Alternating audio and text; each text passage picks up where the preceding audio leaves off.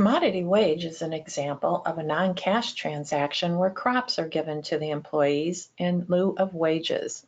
This is sometimes referred to as payment in kind wages. In this transaction, the farm needs to record the crop sale and offset that with the labor expense. To do that, we're first going to need a special template. Select Setup, General, and Data Entry Templates. We're going to begin with the template that you typically use for selling your raised crops.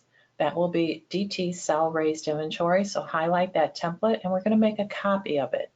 So click the copy button and we're going to give it an abbreviation. We can just give it commodity wage and we're going to call it commodity wage. We want to check this box of make available as a special process. This is a non-cash transaction. So we're going to be using it under special transactions and check that box. We do want a name because we're going to apply the name of the employee that this is for. So we don't want to check that box. And now we're going to go to detail. The journals that are part of a selling of a raised crop are the bank, change in inventory, income and inventory. The only one we need to change is the bank. So instead of this offset with cash, we're going to be offsetting it with labor expense. So you're going to highlight that journal and change the journal name to expense. It will still be an increase. In order to offset the income, the expense and the income are both going to increase, but the expected account type will not be asset now, it's going to be expenses. Now you're going to expand that expense journal and we need to change the details in here. So we're first going to highlight account, and it's no longer going to be a bank payable receivable. This is non-cash. We're going to be choose from a list, and our caption is going to be labor expense account. Now we need to filter the list of that lookup.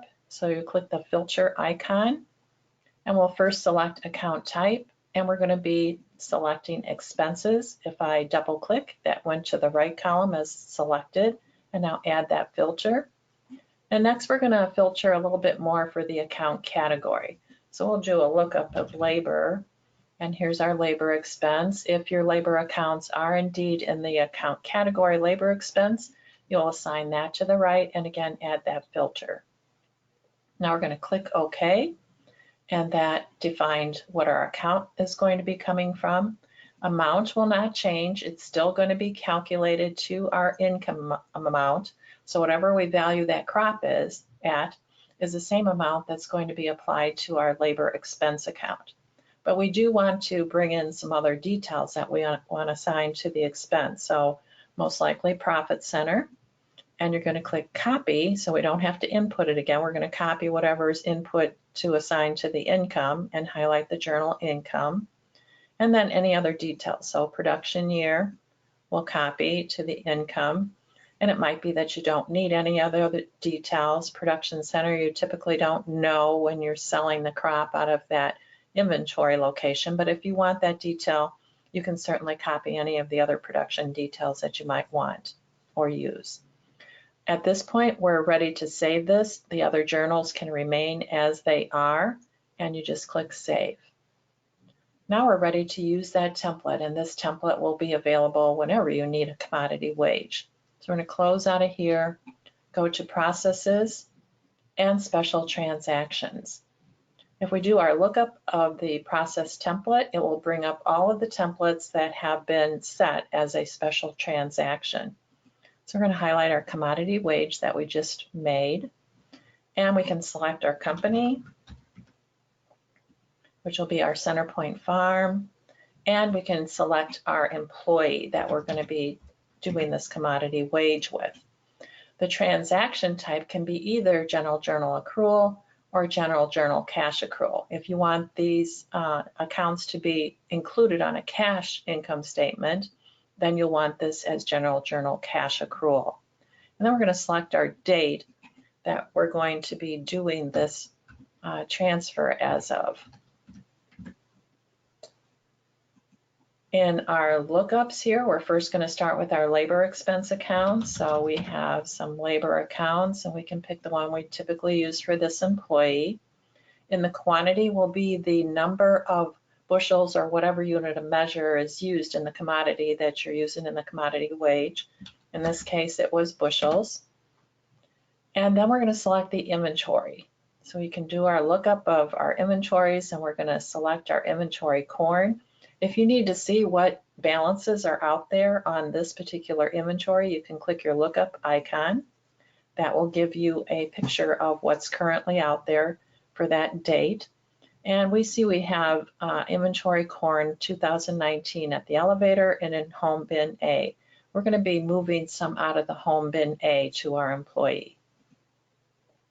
Now we're going to select our income account, which will be sales of corn. And now we're going to value this corn. That'll be the amount that goes to the revenue account and the labor expense account, not necessarily the same amount that comes out of inventory.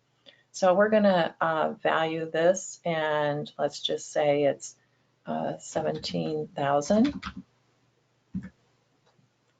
Production center detail we don't need in this case. We're going to go ahead and put in our profit center, our production year, and our inventory location, which will be the home bin A.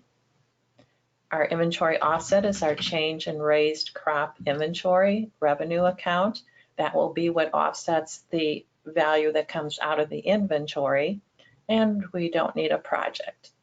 So you can see down at the bottom that our inventory price was set at $350, and the inventory adjustment will be $17,500. Our sales price, based on the amount that I put in there, is at $3.40. So those will be the adjustments that get done on this entry. You can click your preview button. That will bring up the journals that are being recorded in this transaction, and we can scroll across and see that we have the $17,500 at the labor and the sale account, and the inventory and the change in raised crop, and the $17,000 at the sales of corn and the labor hourly. Those two are in the middle. And those are the adjustments that will be made. If that is all what you need, then you're ready to put in a notation if you need to, and ready to save this transaction. And that would make our reports show that labor expense and the sale of the corn and the inventory adjustments, even though the transaction did not go through cash.